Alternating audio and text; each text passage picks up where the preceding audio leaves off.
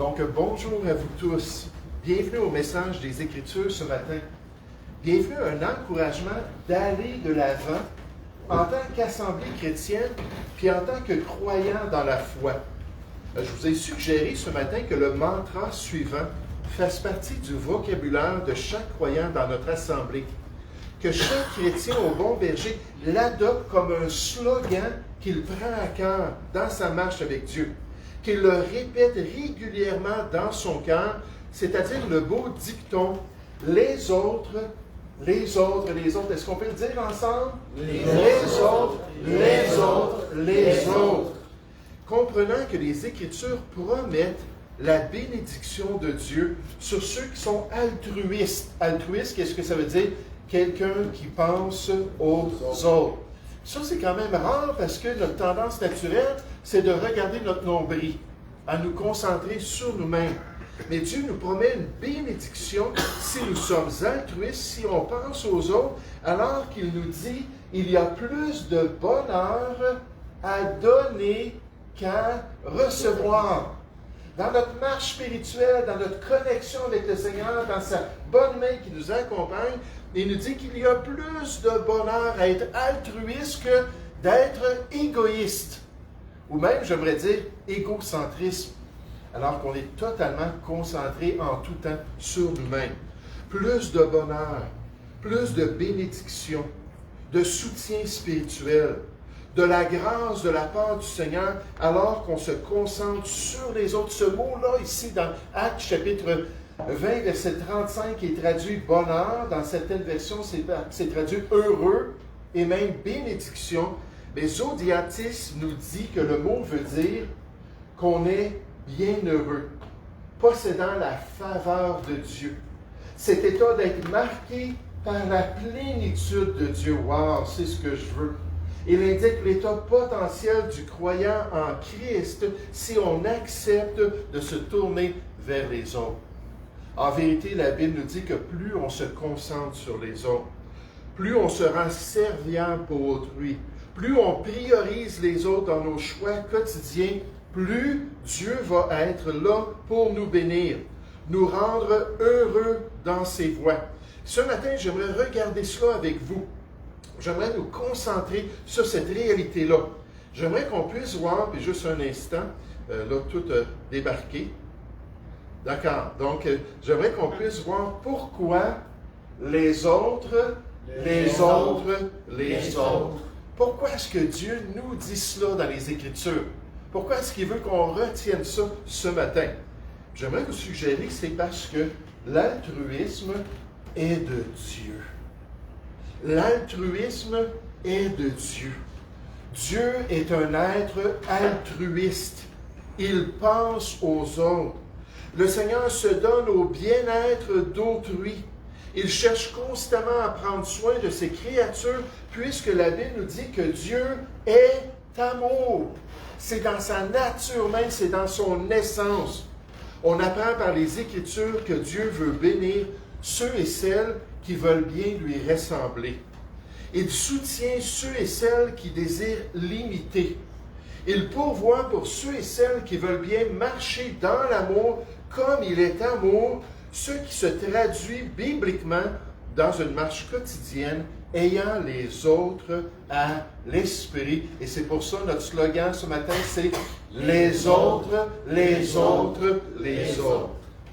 Quel mantra qui nous promet une grande bénédiction en tant que chrétiens obéissants, en tant que chrétiens qui sont prêts à élargir leur cœur, qui sont prêts là, à demander au Seigneur « Rends-moi un bon serviteur dans tes voies ». Il y a plus de bénédictions à donner qu'à recevoir.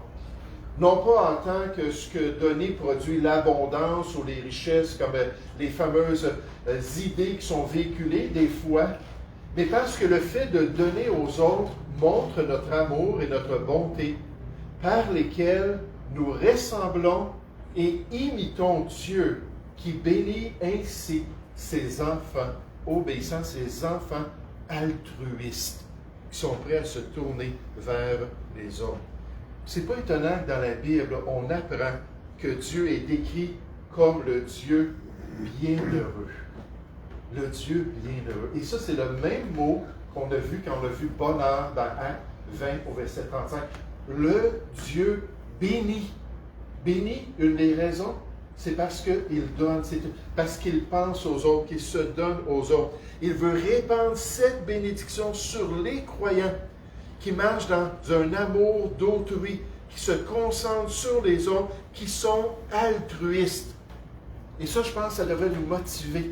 Si Dieu est comme ça, si Dieu me demande de l'honorer ici-bas sur la terre, de le glorifier dans la manière qu'il est, dans mes agissements, alors l'altruisme, ça devrait faire partie aussi de notre perspective, de notre désir pour être une bénédiction pour les autres. Pourquoi les autres, les autres, les autres, je vous ai perdu? Parce que l'altruisme, c'est pour nous. L'altruisme, c'est pour nous, pour les chrétiens, pour ceux qui connaissent le Seigneur, pour ceux qui ont connu l'amour que Dieu a pour eux et qui y ont cru. Ils ont entendu que Dieu a tellement aimé le monde qu'il a donné son Fils unique afin qu'on puisse être sauvé. Non pas qu'on soit perdu, mais qu'on puisse être sauvé et avoir cette vie éternelle dans sa présence. Puis là, on a cru à cela, on a expérimenté le pardon, on a goûté à cette nouvelle vie en Jésus. On a expérimenté une transformation profonde qui vient du Dieu d'amour et de son salut. Et à cause de ça, on peut vivre maintenant pour les autres, les autres, les autres, en se concentrant sur autrui. On décrit ainsi les croyants avec tout ce potentiel. Lorsqu'on revient au passage précédent dans Jean 4 au verset 16, on nous dit « Dieu est amour ».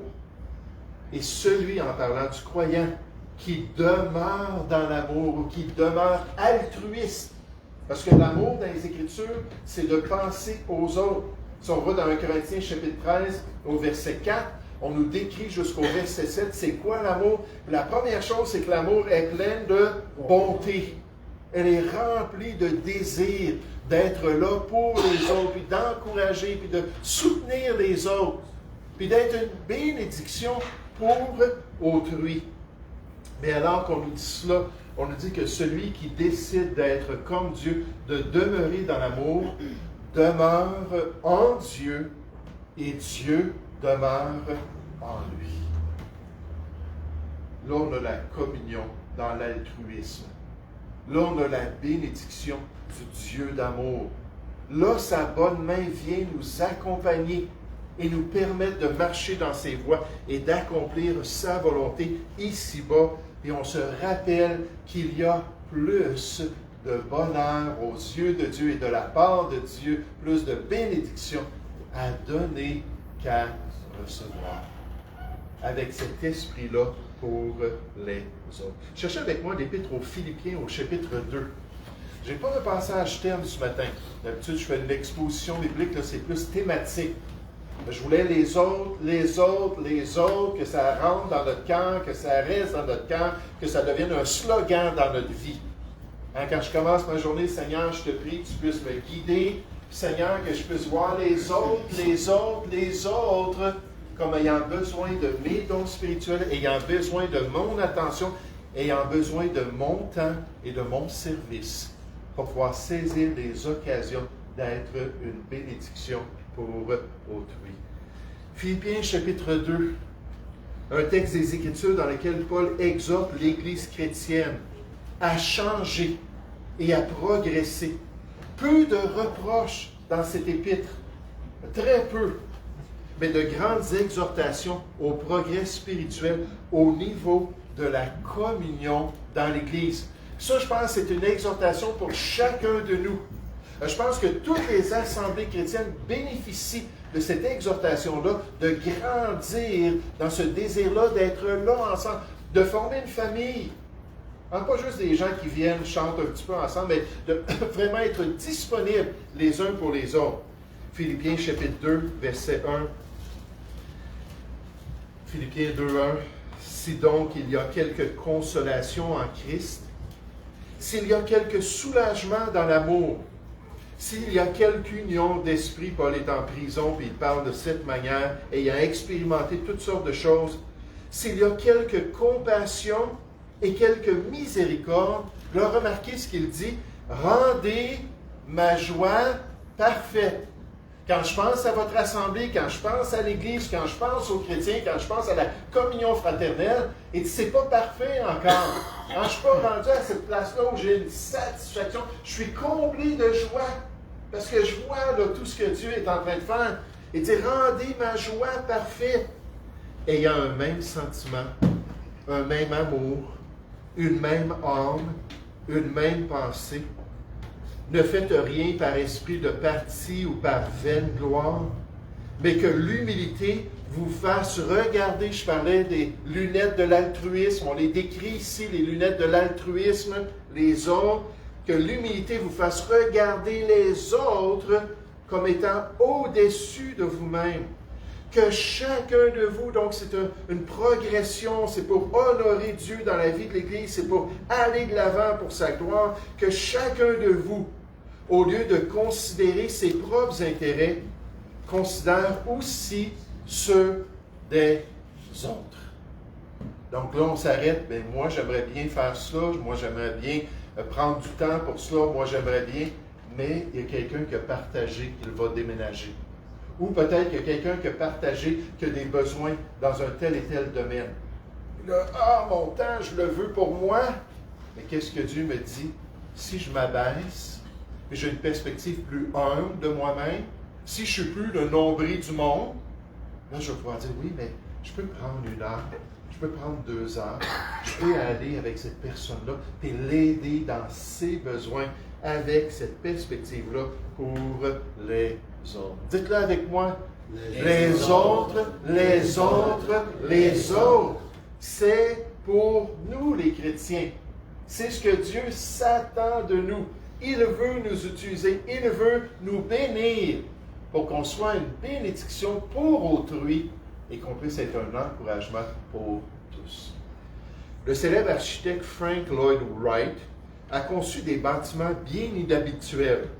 Sur un campus universitaire de Floride se trouve une bibliothèque conçue par Wright avec un plafond extrêmement bas. Si bas que si vous mesurez 6 pieds et ne faites pas attention, vous pourriez vous cogner la tête sur celui-ci. Mais pourquoi Frank Lloyd Wright a-t-il construit un tel bâtiment? Est-ce que vous pensez que c'est pour les autres, les autres, les autres? Est-ce que c'est de l'altruisme? Pas du tout. On répond à la question. La réponse est simple. Frank était très petit de stature et il détestait les gens qui étaient plus grands que lui. Un architecte génial, un homme qui a fait des choses remarquables, mais quelqu'un qui n'avait pas un bon cœur envers autrui. Il détestait ces gens-là. Comme c'est typique chez l'être humain, de rendre la vie difficile aux autres qui sont différents de nous, de se venger à cause de ces distinctions entre chacun et de manifester une jalousie profonde envers son prochain, envers autrui. Là, cet auteur chrétien-là nous dit, comme c'est différent pour l'enfant de Dieu, ça devrait l'être. C'est différent de l'amour que nous retrouvons dans le Nouveau Testament. Un amour qui considère toujours les autres, qui cherche à démontrer la bonté de Dieu pour tous les hommes, qui est un amour inconditionnel, qui glorifie sincèrement notre Dieu d'amour en tant que croyant. Là, il termine en posant la question, est-ce que vous avez cet amour? Est-ce que ce matin, on est en train de montrer quelque chose dans le miroir que Dieu, son doigt, est en train de dire, tu as besoin de progresser? Moi, je suis le premier à lever la main et dire, oui, je suis égoïste. Oui, j'ai tendance à être égocentrique par moment. J'ai besoin de changer ma perspective, puis de penser aux autres. Et je veux que Dieu m'utilise. Je veux qu'il m'accompagne. Je veux qu'il se serve de moi pour être une bénédiction pour les autres. Ceux qu'il veut aimer, mais qu'il veut utiliser ses enfants pour aller les aimer. Et qu'il aimerait tellement nous transformer. Regardez dans l'Épître aux Galates au chapitre 6. L'Épître aux Galates au chapitre 6. 2 petits versets intéressants. Galates chapitre 6 au verset 9. Je vous laisse le temps de trouver. Galates 6 au verset 9. On nous dit, ne nous lassons pas de faire le bien. Et c'est ce qu'on est en train de dire ce matin. Peut-être que vous dites, oui, mais j'essaie de penser aux autres, j'essaie de me concentrer sur autrui. Puis là, on nous dit, mais lâche pas, continue de le faire. Ne nous lassons pas de faire le bien. Au contraire, car nous moissonnerons au temps convenable si nous ne nous relâchons pas. Ainsi donc, comme application à retenir, pendant que nous en avons l'occasion, combien d'occasions il nous reste? Qui sait?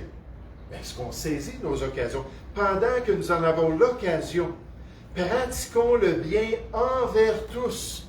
Donc, envers les gens en général, envers les personnes dans nos familles, envers les autres de notre voisinage, de la communauté. Pratiquons le bien envers tous et surtout comme priorité. Encore une fois, c'est le miroir qui le dit là. C'est pas moi qui vous juge si Dieu est en train de parler à votre cœur. C'est le miroir même qui est en train de vous aider à vous juger, à voir votre reflet spirituel. Mais ça nous dit surtout envers les frères en la foi. D'être prêt à continuer, d'être prêt à progresser, d'être prêt à regarder le besoin des chrétiens. Alors pourquoi les autres? Parce qu'en terminant, l'altruisme, c'est du progrès. L'altruisme, c'est du progrès. On a vu que l'altruisme, c'est de Dieu. Dieu est amour. C'est un Dieu altruiste. On a vu que l'altruisme, c'est pour nous, les chrétiens. On nous appelle à marcher dans cet amour-là, à considérer les autres. J'aimerais vous dire, en tant que pasteur, en tant que chrétien, je pense qu'on doit reconnaître que de penser un peu plus aux autres, c'est du progrès pour chacun de nous. C'est du progrès. L'altruisme permet à l'Église d'aller de l'avant dans son œuvre d'amour pour le Seigneur. L'altruisme permet aux chrétiens de porter plus de fruits pour la gloire de Dieu.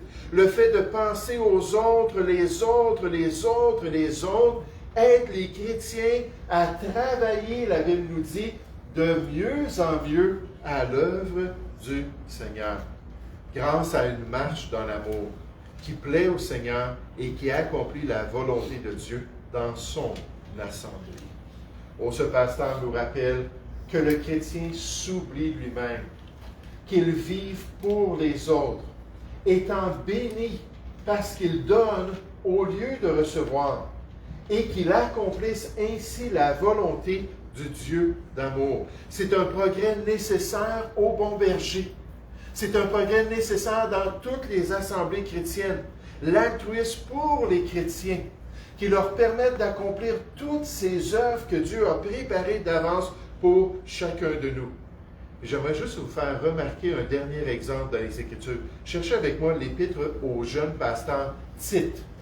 L'épître de Tite au chapitre 3.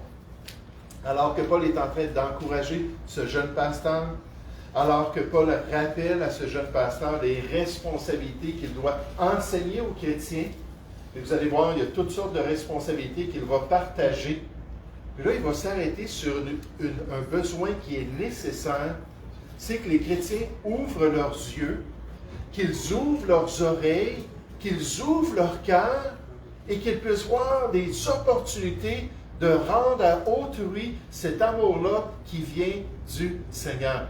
Puis si on peut juste comprendre ça ce matin, puis juste se rappeler ce mantra-là, les autres. Puis là, dire, Seigneur, je veux grandir, je veux changer. Surtout, je veux que tu puisses me bénir et que tu puisses me permettre d'accomplir ta volonté. Tite chapitre 3, verset 1, on nous dit, rappelle-leur, les chrétiens, ceux qui connaissent le Seigneur, rappelle-leur d'être soumis aux magistrats et aux autorités, d'obéir, d'être prêt à toute bonne œuvre. Et je parlais avec Yvon, M. Yvon, tout à l'heure. On parlait d'un processus dans lequel il doit faire une demande, tout ça. Puis ça a rapport avec les autorités. Puis j'ai dit, la Bible est très claire. Comme dans ce passage, on a Romains chapitre 13, 1 Pierre chapitre 2, on nous dit, obéissez aux autorités. On nous dit ça clairement. Les autorités, ce sont les serviteurs de Dieu. C'est l'ordre que Dieu établit. Mais comme j'ai montré il y a 2 semaines, un mercredi soir, si vous ne l'avez pas entendu, peut-être allez le voir, à 7 reprises, l'apôtre Paul, dans le livre des Actes, dit aux autorités, « Oh, arrête là. Ce que tu demandes, c'est pas correct. Puis moi, je ne veux pas l'avoir. Moi, je résiste à cela. » Il y a une place pour poliment pouvoir dire aux autorités, écoutez, l'autorité de Dieu est plus grande que la vôtre et je dois obéir à Dieu avant d'obéir aux autres. Et donc, il nous dit cela ici, mais rappelons en verset 1, d'être soumis aux magistrats, aux autorités, d'obéir, d'être prêt à toute bonne œuvre, ça c'est la règle normale, de ne médire de personne, d'être pacifique, modéré, plein de douceur envers tous les hommes. Car nous aussi, nous étions autrefois insensés, désobéissants, avant d'être sauvés, égarés, asservis à toute espèce de convoitise, de volupté, vivant dans la méchanceté et dans l'envie, dignes d'être haïs et nous haïssant les uns les autres. Là, je ne pense pas que ces gens-là, leur caractéristique, c'était ce beau mantra-là. Les autres, les autres, les autres. Sinon, comment je peux faire du mal aux autres? N'est-ce pas? Comment je peux les aimer? Donc, comment est-ce que je peux détruire leur vie? Nous haïssant les uns les autres, qu'il dit. Verset 4. Mais lorsque la bonté de Dieu, notre Sauveur, et son amour pour les hommes ont été manifestés, le Dieu d'amour qui est venu toucher notre cœur, le Dieu d'amour qui est venu se manifester dans notre vie. Vous savez, si vous avez de la misère avec ce mantra-là ce matin, vous avez de la misère à vous décrocher de votre nombril, puis à voir les autres, puis à vraiment avoir une liberté d'aller, puis d'aider les autres, c'est peut-être parce que vous n'avez pas encore goûté à cette nouvelle vie-là en Jésus-Christ. Vous n'êtes pas encore tourné vers ce Dieu d'amour-là qui a tout offert, qui a tout payé. Jésus a dit sur la croix, « Tetelestai ». C'est fait, c'est complété. Le salut est donné, est offert à l'être humain. Et nécessairement, quand on n'a pas ce Dieu d'amour-là dans notre vie, mais ça ne découle pas à travers notre être. C'est peut-être ça le problème. Mais on nous dit, par contre, pour le chrétien, lorsque la bonté de Dieu, notre Sauveur, et son amour pour les hommes ont été manifestés, il nous a sauvés. Non à cause des œuvres de justice que nous aurions faites, mais selon sa miséricorde, par le bain de la régénération et le renouvellement du Saint-Esprit. Il a répandu sur nous avec abondance par Jésus-Christ, notre Sauveur, afin que, justifiés par sa grâce et immérités, nous devenions héritiers dans l'espérance de la vie éternelle. Il dit, OK, maintenant qu'on a réglé ça, responsabilité, la nouvelle vie pour nous permettre de l'accomplir. Il dit, oups, il y a un progrès que Tite, tu dois enseigner aux chrétiens. Verset 8. Cette parole est certaine. Et je veux que tu affirmes ces choses en tant que serviteur de Dieu, afin que ceux qui ont cru en Dieu, qui ont été sauvés, s'appliquent à pratiquer de bonnes œuvres. Nécessairement de bonnes œuvres pour les autres, pour autrui. Voilà ce qui est bon et utile aux hommes. Est-ce que vous voulez être bon et utile pour les autres? Est-ce que vous voulez être une bénédiction pour autrui? Est-ce que vous voulez que la bonne main de Dieu vous bénisse et vous développe de plus en plus dans vos dons spirituels, dans vos capacités, pour vraiment soutenir les gens dans leurs besoins? Alors Dieu nous le dit ici, il faut ouvrir notre cœur à ces opportunités-là. Regardez le verset 13. Aie soin de pourvoir au voyage de Zénas. Toi, en tant que pasteur, en tant qu'ouvrier, sois un exemple. Zénas, le docteur de la loi, et d'Apollos, en sorte que rien ne leur manque. C'est ton opportunité d'être une bénédiction pour eux. Il faut, verset 14, que les nôtres aussi apprennent à pratiquer de bonnes œuvres. Pourquoi? Pour subvenir aux besoins pressants, versets 13 et 14 dans Tite chapitre 3, afin qu'ils ne soient pas sans produire de fruits. Afin qu'ils peuvent être tout ce que le Seigneur avait décidé pour leur vie, pour la gloire de notre Dieu.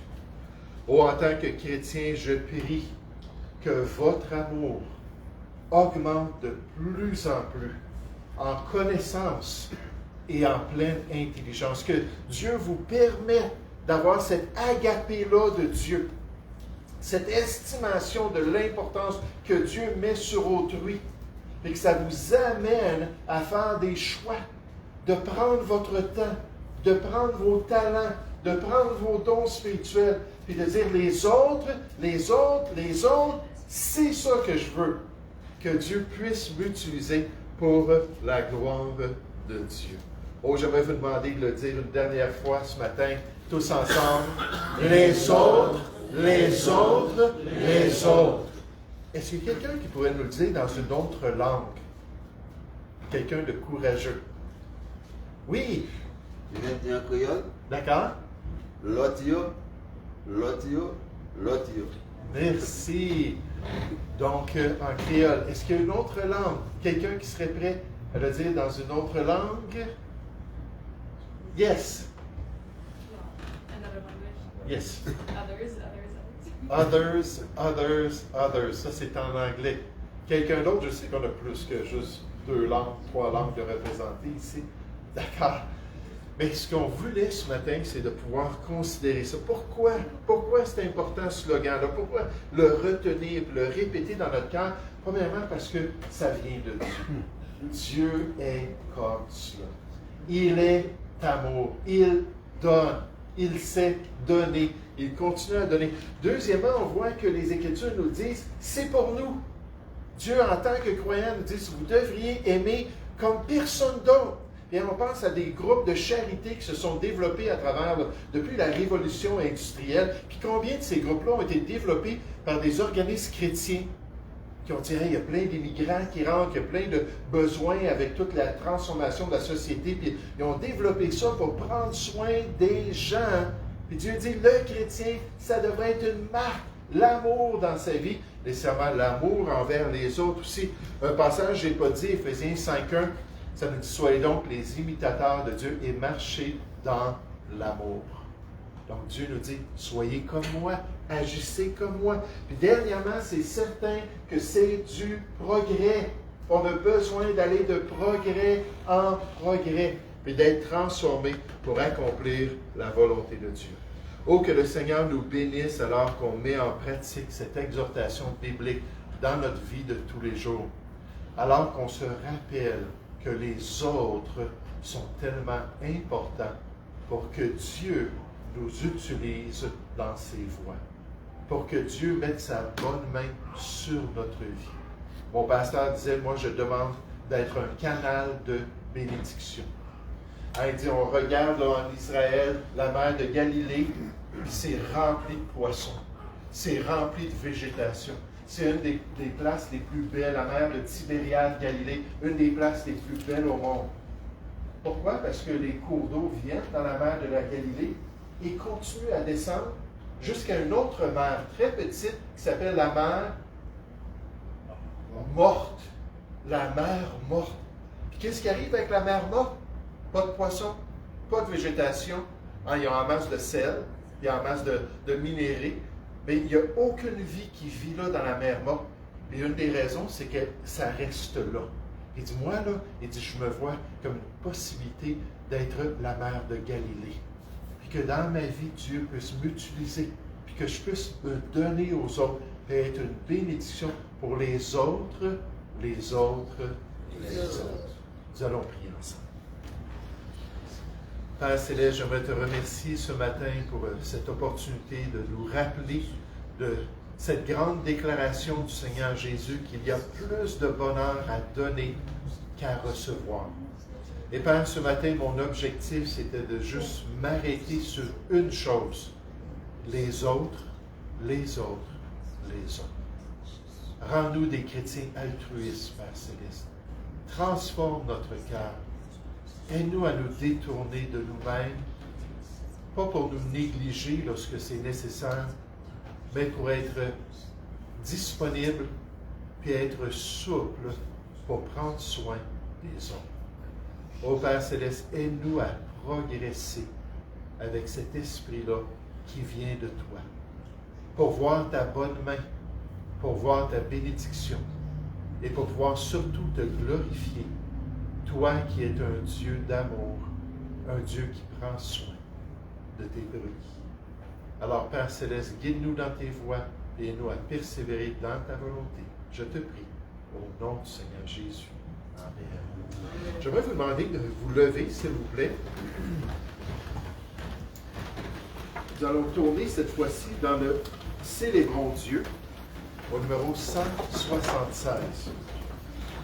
Et je vous souhaite une bonne semaine. Puis, vous savez ce qui m'a manqué, puis que j'ai regretté, je pense que ça leur aurait aidé, c'est que je voulais faire des petits écussons. Puis avoir ça pour tous les gens pendant la réunion, pour qu'ils puissent s'accrocher ça. Puis ça a été écrit dessus. Devinez quoi? Les autres, les autres, les autres. J'espère que ça va rester dans notre cœur, ça va rester dans notre esprit, puis qu'on va pratiquer cela. Donc, le numéro 176, j'ai trouvé la paix profonde.